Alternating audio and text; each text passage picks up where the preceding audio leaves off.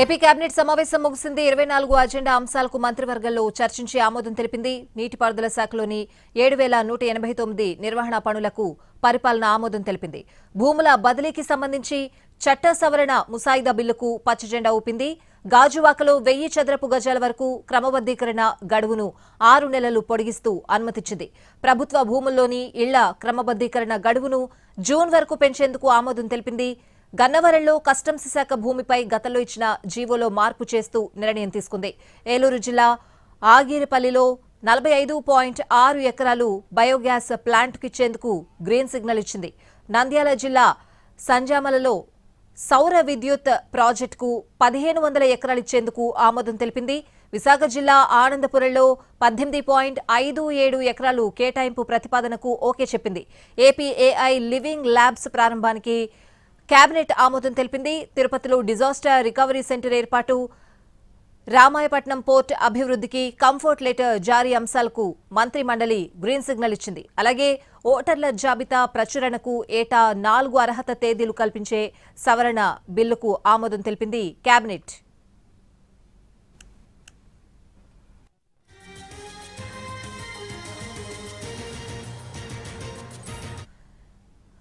AP cabinet సమావేశం ముగిసింది. 24 agenda అంశాలకు మంత్రివర్గంలో చర్చించి ఆమోదం తెలిపింది. ఓవరాల్ గా అప్డేట్స్ అడిగి తెలుసుకుందాం. మా ప్రతినిధి ప్రసన్న లైవ్ లో ఉన్నారు. ప్రసన్న, ఏపీ కేబినెట్ సమావేశం ముగిసింది. 24 అంశాల ఎజెండాకు సంబంధించి, అంటే నీటిపారుదల శాఖకు సంబంధించి కొన్ని కేటాయింపులు ఉన్నాయి, భూ అలాట్మెంట్స్ ఉన్నాయి. వీటికి సంబంధించి ప్రధానంగా కేబినెట్ సమావేశంలో చర్చించారు. ఎందుకంటే ఇవాళ ఒక పక్క అసెంబ్లీ సమావేశాలు జరుగుతున్నాయి. అసెంబ్లీ సమావేశాలు జరగడంతో కొంత ఇంపార్టెంట్ కేబినెట్ సమావేశం కాబట్టి కొన్ని కీలక అంశాలు ప్రధానంగా ఇందులో చర్చకు వచ్చాయి. ఎందుకంటే ఎజెండా అంశాల్లో 24 అంశాల మీద ప్రధానంగా చర్చ జరగడంతో పాటు ఇతరత్ర పొలిటికల్ డిస్కషన్ కూడా వచ్చింది. అయితే ఎజెండా అంశాల తర్వాత ప్రధానంగా భూముల బదిలీకి సంబంధించి ఒక చట్ట సవరణ ముసాయిదా బిల్లు ఒకటి ఉంది. దానికి సంబంధించి ఆమోదం తెలిపారు. నీటిపారుదల శాఖలో ఒక 7189 కోట్ల నిర్వహణ పనులకు సంబంధించి కూడా పాలనానుమతులు కూడా ఇవ్వడం జరిగింది. అదేవిధంగా ఏలూరు జిల్లా ఆగిరిపల్లిలో ఒక 45 ఎకరాల గ్యాస్ ప్లాంట్కి సంబంధించి కొన్ని అనుమతులు ఇచ్చారు. ఏపీ ఆర్టిఫిషియల్ ఇంటెలిజెన్స్ ప్రధానంగా, అంటే ఏపీఐ లివింగ్ ల్యాబ్స్ తయారు చేయాలనే ఉద్దేశంతో, అంటే ప్రతి ఇంట్లో కూడా ఒక ఆర్టిఫిషియల్ ఇంటెలిజెన్స్ ఉండాలి, ప్రతి స్కూలు కాలేజీకి సంబంధించి దీన్ని ప్రమోట్ చేయాలనే యాంగిల్లో ప్రభుత్వం ముందుకెళ్తుంది. కాబట్టి దానికి సంబంధించి కూడా ప్రధానంగా చర్చ జరిగింది. రామాయపట్నం పోర్టుకు సంబంధించి కూడా కంఫర్ట్ లెటర్ జారీ అంశాలకు సంబంధించి కేబినెట్ సమావేశంలో చర్చ జరిగింది. అయితే వీటితో పాటు తిరుమల లడ్డు అంశానికి సంబంధించి సిట్ నివేదికపై మరోసారి చర్చించినట్టుగా తెలుస్తోంది. ఎందుకంటే లాస్ట్ కేబినెట్ సమావేశంలోనే సిట్ నివేదిక సంబంధించి చర్చకు వచ్చింది. ఈ విషయంలో ఏకసభ్య కమిషన్ వేయడానికి ప్రభుత్వం నిర్ణయం తీసుకుంది. అయితే లాస్ట్ కేబినెట్లో నిర్ణయం తీసుకున్న ప్రస్తుతం దానికి సంబంధించి ఎలాంటి పురోగతి లేదు. కాబట్టి ఈ విషయంలో ఏ రకంగా ముందుకెళ్లాలి, ఎందుకంటే ఒకవైపు సిబిఐ సిట్ విచారణ జరగటం, సుప్రీంకోర్టు పరిధిలో ప్రస్తుతం ఈ తిరుమల లడ్డు అంశం ఉండటం, ప్రత్యేకంగా ఒక నివేదిక బయటకు రావడం, తర్వాత విమర్శలు ప్రతి విమర్శలు ఇవన్నీ జరిగాయి. అయితే ప్రభుత్వం ఏకసభ్య కమిటీ వేయడానికి ముందుకెళ్ళింది. కానీ ఒక వారం రోజులు గడిచినా ఇప్పటివరకు అలాంటి నిర్ణయం తీసుకోలేదు. దీనికి సంబంధించి విధి విధానాలు, న్యాయపరమైన ఇబ్బందులు, పాలనాపరమైన ఇబ్బందులు లాంటివి లేకుండా జాగ్రత్తలు తీసుకునే విధంగా చర్చ జరిగింది. మరోవైపు సీఎం చంద్రబాబు మంత్రుల మీద కొంత అసహనం వ్యక్తం చేశారు. అమరావతిలో నిర్మాణాలు ఏ రకంగా జరుగుతున్నాయని చూడటానికి చాలాసార్లు చెప్పాను. ఒక పక్క హెచ్ఓడి నిర్మాణాలు జరుగుతున్నాయి, మంత్రులు క్వార్టర్స్ తయారవుతున్నాయి, ఐఏఎస్ ఐపీఎస్ ఉన్నతాధికారుల క్వార్టర్స్, భవనాలు, క్యాంపు కార్యాలయాలు జరుగుతున్నాయి. కానీ అమరావతి విజిట్కి మంత్రులు ఎవరు వెళ్ళట్లేదు. దీని మీద ప్రత్యేకంగా దృష్టి పెట్టాలి, ఎందుకు వెళ్ళట్లేదు అన్న అభిప్రాయాన్ని ప్రధానంగా ముఖ్యమంత్రి వ్యక్తం చేయడం జరిగింది. దీంతోపాటు కొన్ని తాజా రాజకీయ పరిణామాలు కూడా చర్చకొచ్చినట్టుగా సమాచారం. వైసీపీ విమర్శలకు కౌంటర్లు ఇవ్వాలి, ఈ విషయాలన్నీ కూడా చర్చకొచ్చాయి. మొత్తానికి 24 అంశాలతో ఏపీ కేబినెట్ ఎజెండా 24 అంశాలను ఆమోదించింది. కొన్ని కీలక నిర్ణయాలు తీసుకున్నారు. తాజా రాజకీయ పరిణామాలకు సంబంధించి కూడా ప్రధానంగా చర్చకొచ్చినట్టుగా తెలుస్తుంది. ఎందుకంటే మంత్రులకు ప్రతిసారి ఆయన కొన్ని టాస్కులు అప్పగిస్తూ ఉన్నారు. ఎమ్మెల్యేలతో కోఆర్డినేషన్లో ఉండాలి, ఎంపీలు మంత్రులు కలిసి కేంద్ర నిధుల మీద దృష్టి పెట్టాలి, రాజధాని నిర్మాణాలు పరిశీలించాలి. కానీ ఏ రోజు కూడా ఆయన ఫ్రూట్ఫుల్గా మంత్రుల విషయంలో ఈ పని సక్సెస్ఫుల్గా చేశారని లేకుండా ప్రతిసారి అసహనం, అసంతృప్తి వ్యక్తం చేస్తున్న పరిస్థితే కనిపిస్తోంది. తాజాగా అమరావతిలో నిర్మాణాలకు సంబంధించి మంత్రులు ఎవరు కూడా ముందుకెళ్ళట్లేదన్న అభిప్రాయాన్ని వ్యక్తం చేశారు. కాబట్టి మరి మంత్రులు ఎక్కడైనా దాని మీద ప్రత్యేకంగా దృష్టి పెడతారా లేదా అనేది చూడాల్సి. మొత్తానికి ఏపీ కేబినెట్ సమావేశం కొద్దిసేపటి క్రితం ముగిసింది. 24 ఎజెండా అంశాల ఆమోదంతో రాజకీయ పరమైన చర్చ కూడా జరిగిందని మనం చెప్పుకోవచ్చు. అంటే ప్రశ్న, అమరావతి విషయంలో మంత్రులకి ఏదైనా పనుల విషయంలో టార్గెట్స్ ఫిక్స్ చేశారా? అంటే పన్నుల విషయంలో అమరావతి నిర్మాణాలకు సంబంధించి ఆల్రెడీ మున్సిపల్ అడ్మినిస్ట్రేషన్ శాఖ మంత్రి నారాయణ ప్రత్యేక దృష్టి పెట్టారు. అధికారులు కూడా ఎప్పటికప్పుడు కాన్సన్ట్రేషన్ పెడుతున్నారు. అయితే అమరావతిలో జరుగుతున్న నిర్మాణాలని మంత్రులు ప్రత్యక్షంగా చూస్తే కనుక వాళ్ళకు ఒక అవగాహన వస్తుంది. మంత్రులతో పాటు ఎమ్మెల్యేలు కూడా చూడాలని గతంలో చాలా సందర్భాల్లో చెప్పారు. అమరావతి ప్రాంతంలో నిర్మాణాలు అక్కడ మంత్రులకు సంబంధించిన క్వార్టర్స్ రెడీ అవుతున్నాయి, ఆల్ ఇండియా సర్వీస్ అధికారుల క్వార్టర్స్ రెడీ అవుతున్నాయి.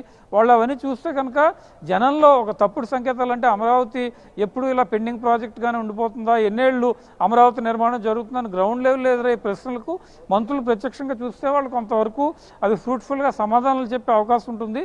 అలా కనీసం మంత్రులు కూడా వెళ్ళి అక్కడ చూడకపోతే కనుక ఇంకా వాళ్ళ నియోజకవర్గాల్లో జనానికి కానీ కార్యకర్తలకు కానీ ఏ రకమైన ఇండికేషన్, ఏ రకమైన సందేశాన్ని పంపుతారనే యాంగిల్లో ప్రధానంగా చర్చ జరిగింది.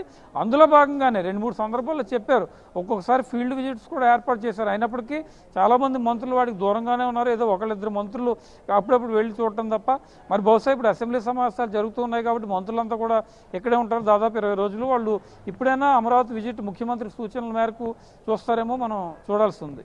అంటే ప్రశ్న మీరన్నట్లు ప్రతిసారి అయినా మంత్రుల విషయంలో కాస్త అసంతృప్తి వ్యక్తం చేస్తూ ఉన్నారు చంద్రబాబు. ఈసారి కేబినెట్ సమావేశంలో కూడా అలాంటి సీనే రిపీట్ అయినట్లు తెలుస్తోంది. అంటే ఎవరెవరు మంత్రులు క్షేత్రస్థాయిలో పని చేయట్లేదు అని అనుకోవాలి ప్రసన్న?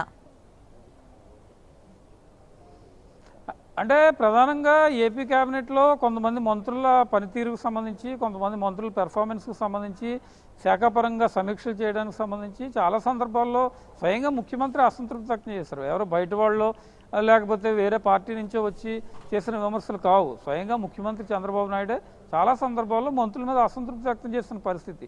అందులో కొంతమంది పేర్లున్న ఇంచుమించు ఒక 60 మంది మంత్రుల వరకు తీవ్రమైన అసంతృప్తిలో ఉన్నారు. కనీసం వాళ్ళ శాఖలో ఏం జరుగుతుంది, పట్టు సంపాదించిన మంత్రులు చాలామంది ఉన్నారని ముఖ్యమంత్రి స్వయంగా చెప్పారు. అయితే కొంతమంది మంత్రులు మాత్రం శాఖ మీద ప్రత్యేకంగా దృష్టి పెట్టారు.